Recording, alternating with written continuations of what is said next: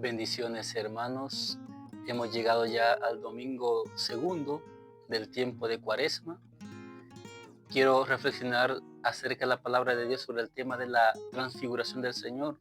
Hoy es el tema que emerge a la luz del Evangelio que hoy escuchamos según San Lucas, capítulo 9, de versículos 28 al 36. Versículos 28 al 36, capítulo 9, según San Lucas. La transfiguración del Señor. Nos dice el evangelista que Jesucristo se llevó consigo a Pedro, Santiago y Juan y subió a un monte para hacer oración. Y dice que mientras oraba se transfiguró. Y dice que su rostro cambió de aspecto y sus vestiduras se hicieron blancas y relampagueantes. De pronto aparecieron conversando con él dos personajes rodeados de esplendor.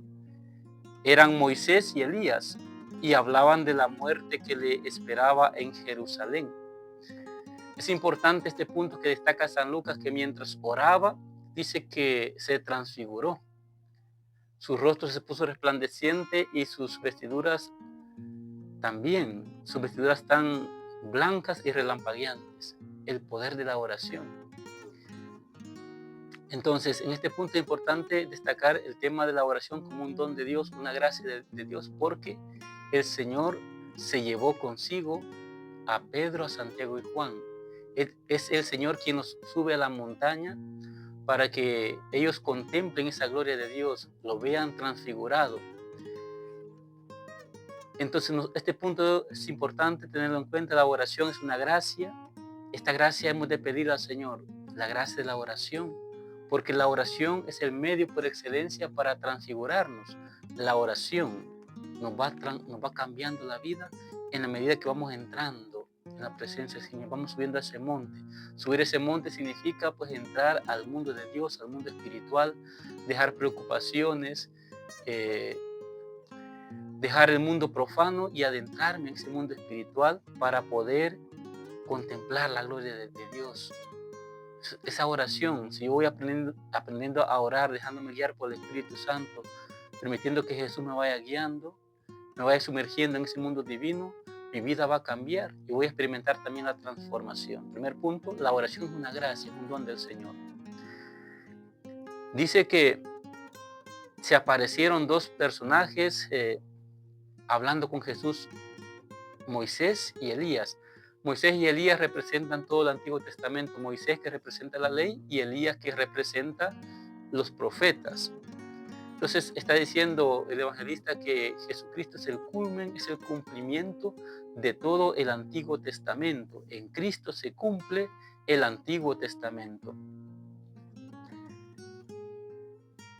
¿Y de qué hablaban Moisés y Elías? Dice que hablaban de la muerte que le esperaba a Jesús en Jerusalén. O sea, aquí aparece ya el tema de la pasión. ¿Para qué el Señor se transfigura delante de Pedro, Santiago y Juan? ¿Con qué fin? El fin es para animarlos, fortalecerlos, porque el Señor ha elegido el camino de la cruz.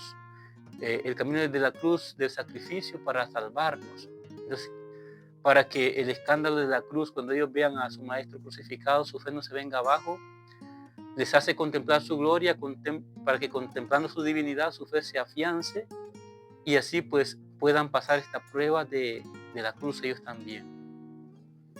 Sigue diciendo el evangelista, Pedro y sus compañeros estaban rendidos de sueño, pero despertándose vieron la gloria de Jesús y de los que estaban con él. Cuando estos se retiraban, Pedro le dijo a Jesús, Maestro, sería bueno que nos quedáramos aquí y que hiciéramos 3 chozas, una para ti, otra para Moisés y otra para Elías, sin saber lo que decía. Entonces, este punto también es importante. Pedro y Santiago y Juan no son capaces de estar ahí en la presencia de Jesús, no son capaces de entrar en esa oración profunda a la que Jesús está entrando. Ellos están cansados, los vence el sueño, se duermen y Jesús se transfigura. Pero de repente, despertándose, dice que contemplaron la gloria de Dios y vieron a Jesús transfigurado con esa gloria de Dios que lo envuelve, ese resplandor, esa gloria, esa divinidad que irradia de Él. Este punto es muy importante. ¿Qué nos enseña este punto? Que la oración implica un combate, una lucha, un esfuerzo personal. Primer punto, he dicho que la oración es una gracia y que el Señor la concede. Pero luego aquí dice que la oración también es un esfuerzo personal, una lucha que debemos emprender nosotros. Superar obstáculos, las distracciones, la pereza, la desgana, muchas veces el cansancio. Y en este caso, pues no dejar que me venza la fatiga, el sueño. ¿Cómo ir superando todo eso para ir profundizando más en la oración? Los apóstoles todavía no han entrado no se han adentrado todavía en este mundo espiritual, les falta todavía crecer y avanzar en este aspecto. Pero el Señor les concede una gracia especial, les concede la gracia de contemplarlo en su gloria. A pesar que todavía no han entrado, no son maestros en oración, pero les concede esa gracia, un don especial de contemplarlo en esa gloria. Y tanto es el gozo, la alegría que experimentaron, que San Pedro dice: Maestro, qué bueno que nos quedáramos aquí y que hiciéramos 3 chozas, una para ti, otra para Moisés y otra para Elías, sin saber lo que decía, dice. O sea, esta es una gracia muy especial. El Señor les concede el don de contemplarlo. Digamos así que les concede la gracia de la contemplación. Aquí no se trata de que nosotros hagamos cualquier oración, se trata de una oración contemplativa, cómo irnos entrenando, esforzando por aprender esta oración tan excelente, la oración contemplativa, que en la vida espiritual se habla de una oración contemplativa adquirida y una oración contemplativa infusa, que el Señor la puede conceder como una gracia muy especial. En este caso parece que los apóstoles todavía no han adquirido con esfuerzo personal, con lucha, esa contemplación, porque hemos visto que se estaban durmiendo y de repente el Señor les concede ver esa gloria suya, verlo transfigurado. Y en este caso diríamos que el Señor les concede les da un momento, les concede esa gracia de la contemplación infusa y les da un don muy especial, que es el don de la visión, de poder verlo en esa gloria, en esa magnificencia, en esa divinidad que irradia de Él. Y no solamente a Él, sino que vieron también a Moisés a su derecha y a Elías a su izquierda. Bueno, no dice que uno está a la derecha y uno a la izquierda, pero estaban los dos allí, Moisés y Elías, que estaban junto con Jesús. El verlo, el don de la visión, se da cuando alguien recibe ya el don de la contemplación. Ya son gracias muy especiales que el Señor va dando. Luego ya más después va a decir también que les concede otro don muy especial, que es el don de la audición. En este caso es el don de la visión, el contemplarlo en su gloria. Y luego pues ya dirá el don de la audición también, que es otro don de las almas contemplativas que el Señor concede. Sigue diciendo el evangelista: no había terminado de hablar cuando se formó una nube que los cubrió, y ellos, al verse envueltos por la nube, se llenaron de miedo. De la nube salió una voz que decía: este es mi hijo, mi escogido, escúchenlo. Cuando cesó la voz, se quedó Jesús solo.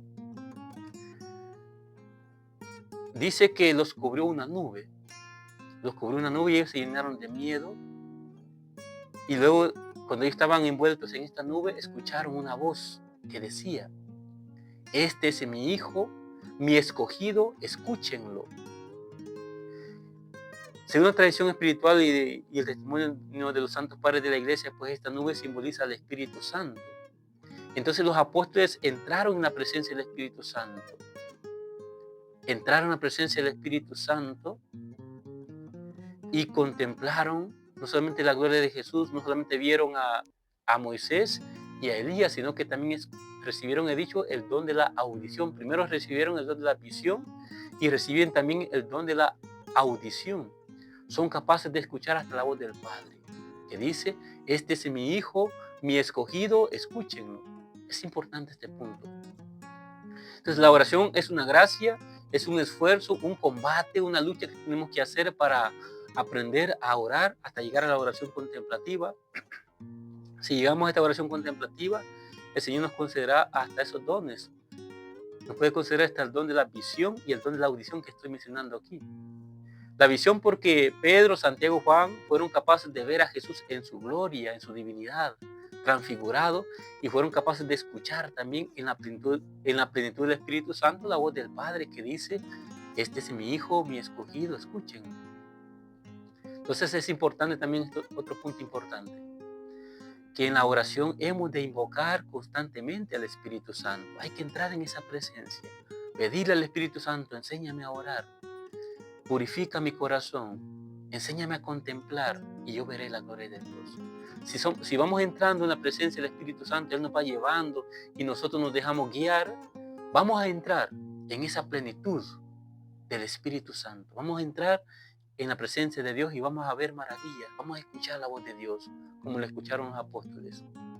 Luego, otro punto importante es que una vez que vayamos entrando en la oración perfecta, la oración del corazón, la oración en el Espíritu Santo, también se nos dice que hay que escuchar la voz de Jesús.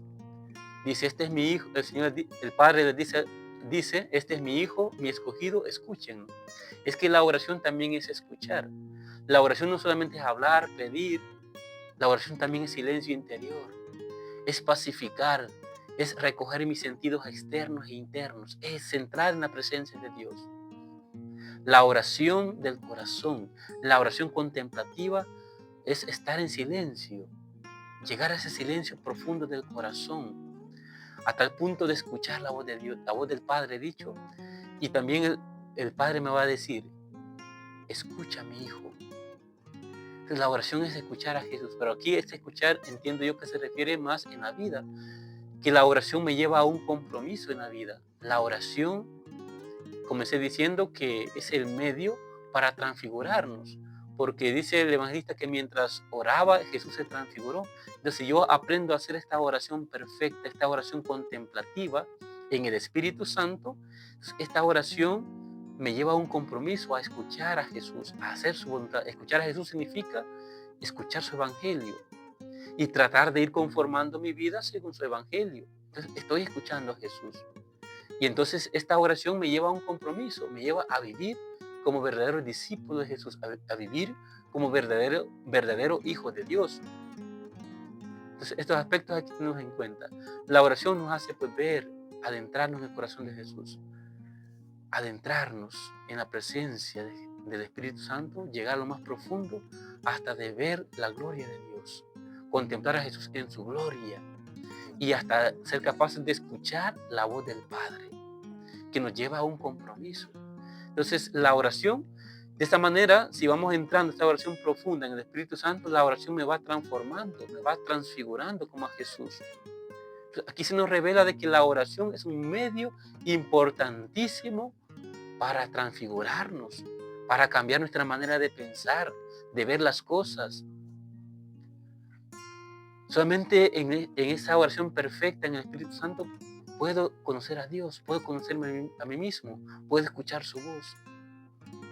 La transfiguración, la conversión del corazón, la purificación, todo eso nos viene de esa oración profunda, la transfiguración. Pero no solamente la oración diría yo que es el medio primordial, el medio principalísimo para nuestra transfiguración también. Jesucristo nos enseña que vamos haciendo este camino de transfiguración a medida que vamos adentrándonos en la oración. Vamos fortaleciendo esa oración personal.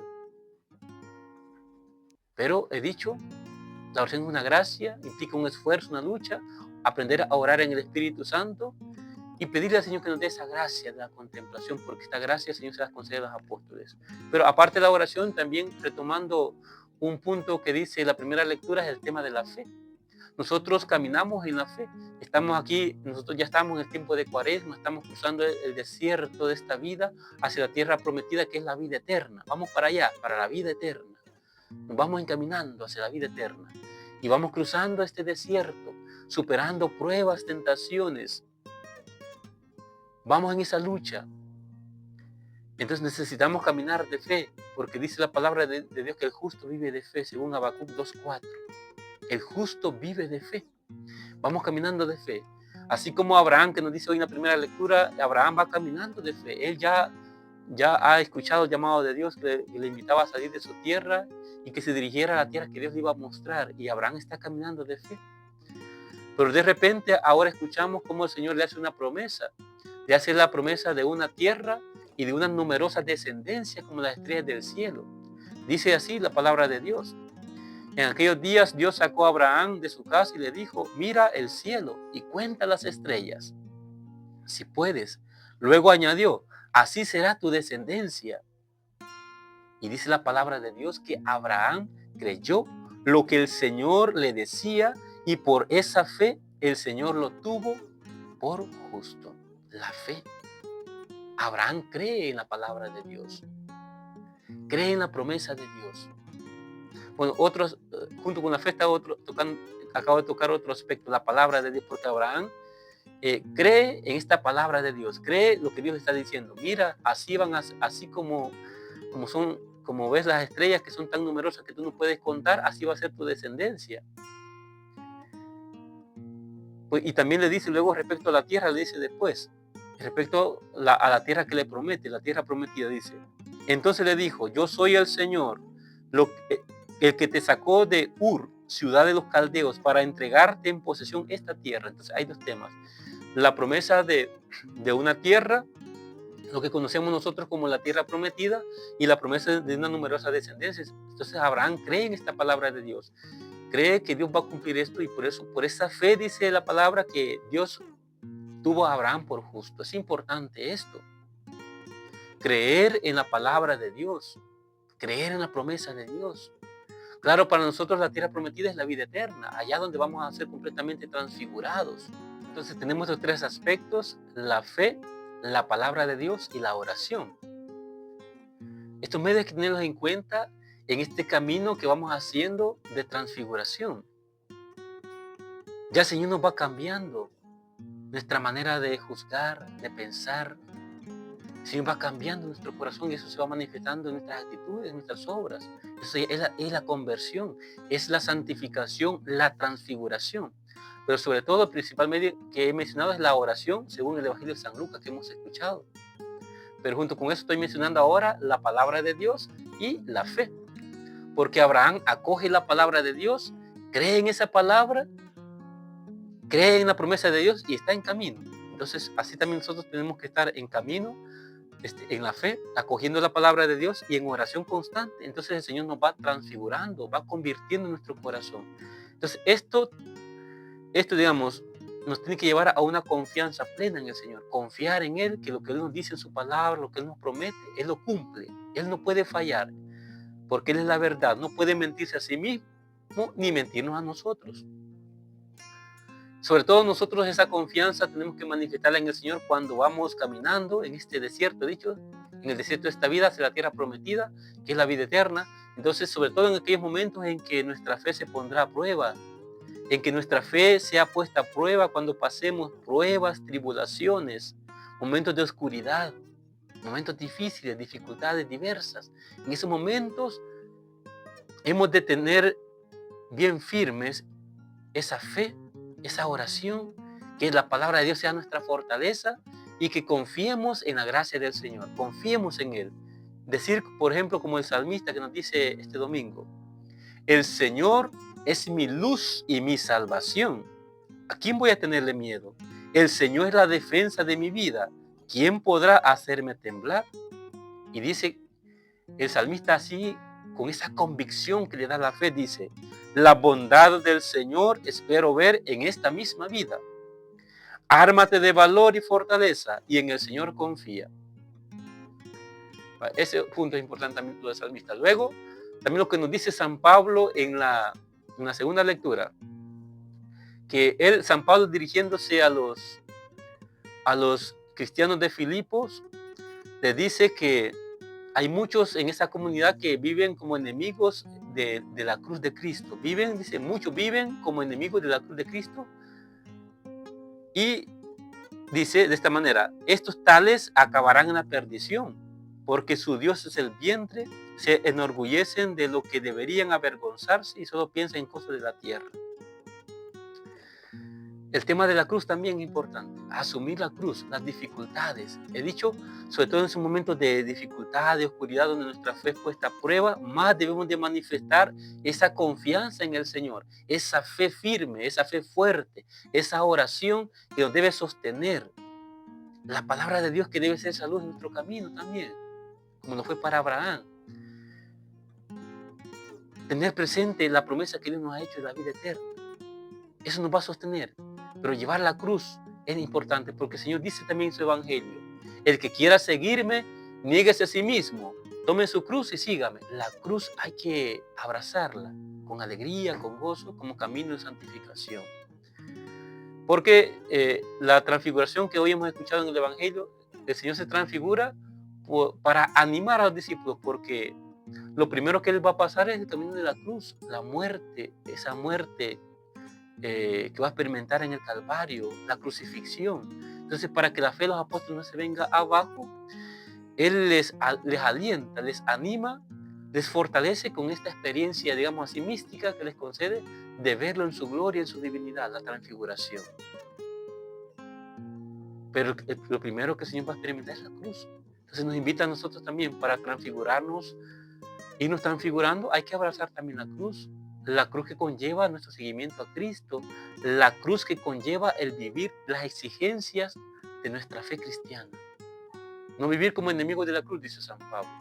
Y por eso les dice a los filipenses: hermanos, sean todos imitadores míos y observen la conducta de aquellos que siguen el ejemplo que les he dado a ustedes. San Pablo es un hombre que sigue a Cristo de verdad, que vive la fe hasta las últimas consecuencias, que lleva la cruz como la llevó Cristo.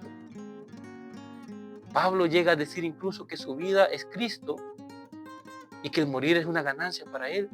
Vivo yo, dice en Gálatas 2:20, vivo yo, pero no soy yo quien vive, es Cristo quien vive en mí. Pablo es un ejemplo a seguir.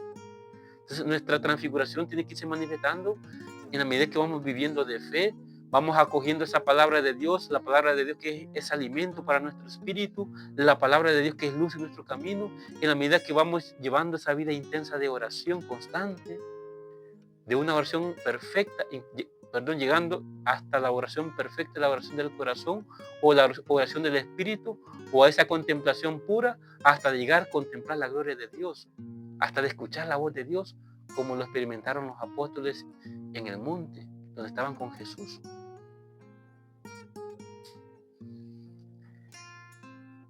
Entonces, esto es importante. Vamos de camino. No hay que olvidar, como dice San Pablo, somos ciudadanos del cielo. Nuestra meta no está aquí en la tierra.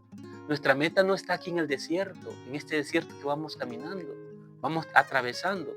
Nuestra morada no es el desierto. El desierto es un lugar de paso. Vamos hacia la tierra prometida, hacia allá vamos, hacia el cielo. Por eso dice San Pablo, no hay que olvidar que somos ciudadanos del cielo.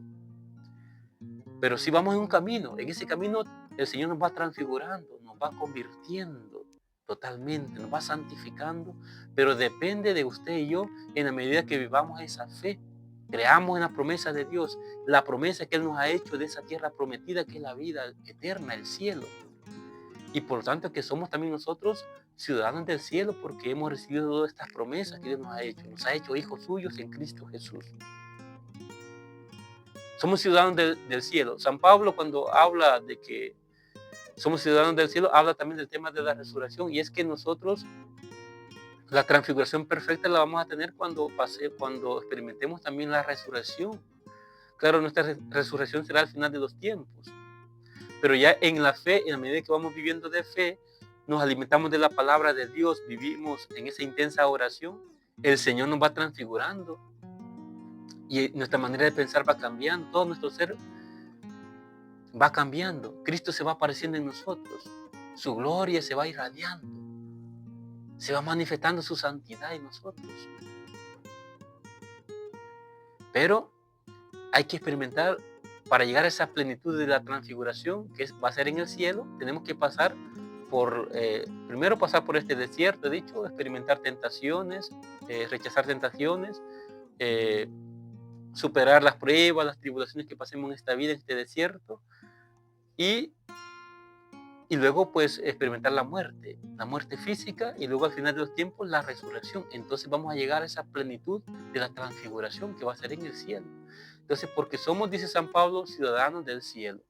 Entonces, en este domingo que quede este tema para nosotros, meditemos cómo estamos haciendo ese camino hacia esa transfiguración.